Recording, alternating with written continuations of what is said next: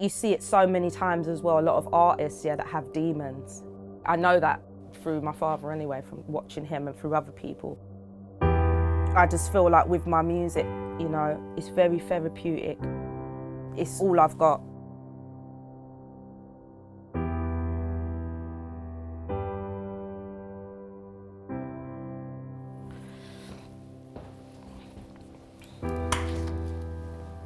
This is my favourite place to be.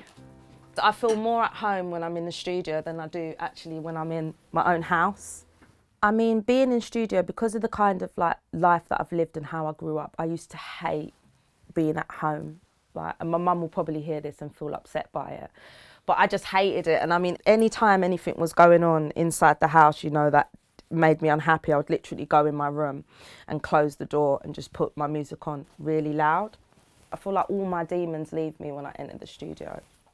My dad really wanted me to do music, you know, like he really believed in me, like musically. And because that's what he was into, you know, he could play electric guitar, acoustic guitar, piano. Like, he was amazing. Like, he had shitloads of trophies, like hundreds of them. My dad first went to doctors. They diagnosed him with depression. They didn't diagnose him with schizophrenia, which is what he actually had. He kind of couldn't cope with the fact that he had this illness. So he started doing heavy drugs and everything. He used to just do things like go missing. We wouldn't hear from him for months. They found my dad under a bridge with no shoes on or nothing. They asked him his name. He couldn't tell them his name. He couldn't tell them where he was, how he got there. But when they asked him who should we contact, he said Natalie. So for me, that was, like, even now talking about it, I get really upset. I don't want to start crying. I went down to the hospital. He was so heavily on medication that he would slur when he was talking. Like, when you go into one of those wards, it's like a totally different world. I started to talk to the doctor, say, can you get him off the medication a little bit? He started getting a lot better. I'd go down to the hospital and see him and everything, taking clothes. And this was like 2008 times, and this is when I just dropped my first official mixtape, No Comparisons.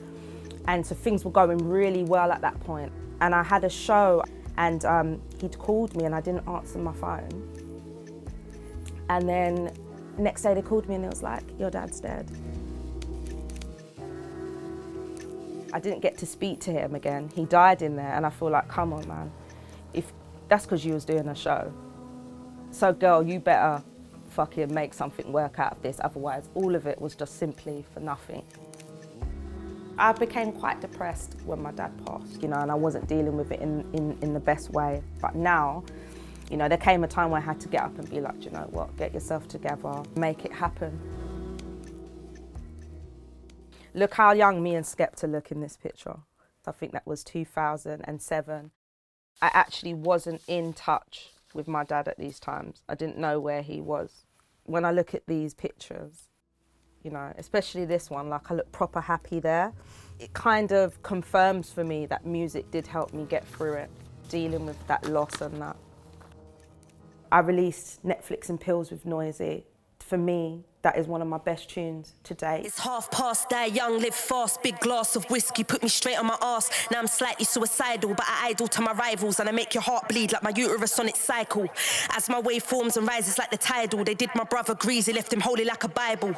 My whole life is based on tactics of survival, marks on my body from beatings that look tribal. I was never going to release that, if I'm honest. Like, I wrote it, and then after I spat it back to myself, I was like, I think this is a bit too much.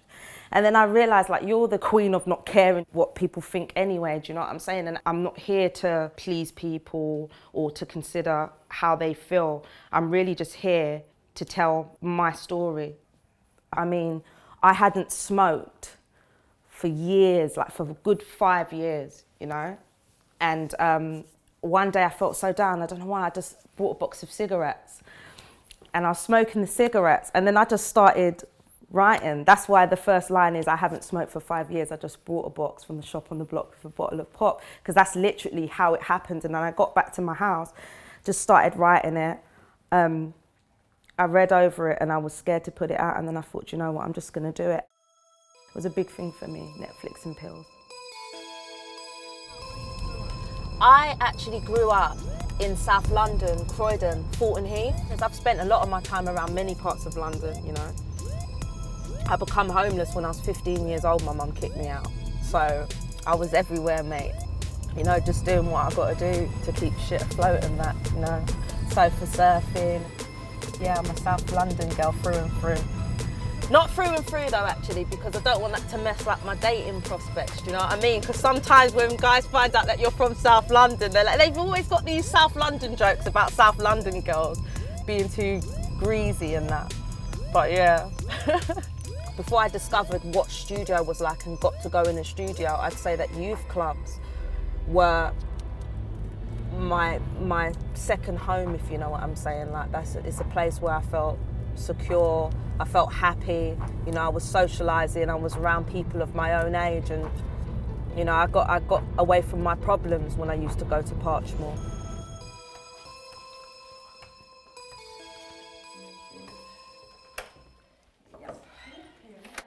Oh my God. I was so young when I used to come here. I remember standing up here with, I think it was hairbrush or something, because we didn't have proper mics and that. And we used to get up here and like perform and stuff for each other. I thought I was such a superstar when I was younger. It's all coming back to me now. Okay. Then you want to go next door and give the old people a song? I don't think They'd love it. They'd love it, wouldn't they? They'll love it. Oh God, I don't think they would. The current minister, who's away at the moment, he was the youth leader here about 30 years ago. Okay. And he was very sold on the youth work. Yeah. I mean, he changed a lot of our lives, to be quite honest, because I mean, especially a lot of us that come from really bad homes or broken homes, I mean, youth centres are everything. Oh, this was your refuge. For kids, yeah, it was.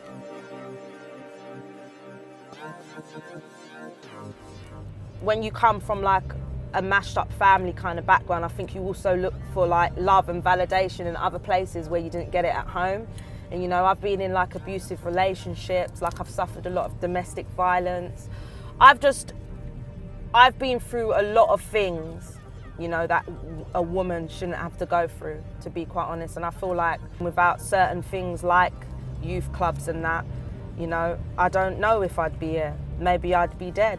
Maybe I'd even be in jail. I'd hope not, but you know, I don't know.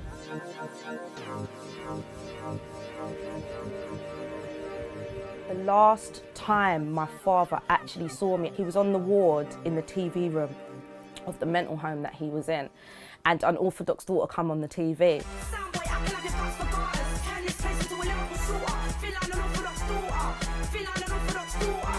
And obviously he see it, so he just started jumping up and going crazy about it. And they thought that he was having an episode. I haven't been here since like my dad passed. And I remember it now because of these benches. And me and my dad used to come out and we used to sit here on the grass, like put out a blanket and have like picnics there. And those benches there, two boys that I grew up in school with, sitting like, but stretched out. One was on another side of the building and one was literally there, like literally lifeless, just sitting there like that. It's quite weird, really. A lot of people, they don't want to talk about depression because they feel like, are people going to judge me? How are people going to look at me? But for me, depression affects more people than you would even realise. You see it so many times as well, a lot of artists, yeah, that have demons. So I feel like to overcome depression using music, that's an amazing thing. It's a brilliant thing. When our thoughts are unbalanced, music can bring us balance, shedding light on depression. Unfortunately, some haven't, and I think that that's a shame because with many of us it's valid. So why are some ashamed to admit that it's hard to manage? I guess that some are afraid to appear to the public damaged, carrying this baggage of burdens that we have packaged. Music creates a feeling that helps us to be dynamic, and suddenly for that moment the challenge appears to vanish. When we feel useless, music fights a corner, takes the baton and removes it, absorbs the pain and soothes it. That's why many of us choose it. Trust me, I can prove it. Forces one who is reclusive to socialise, that's conclusive, and suddenly our problems get easier and amusing. Don't beat yourself up, your mind can take a bruising. Mind over matter, because matter's become conducive to making you feel like a brighter future is elusive. Music is therapeutic, helped a lot of us win when we were losing. Music. Yeah?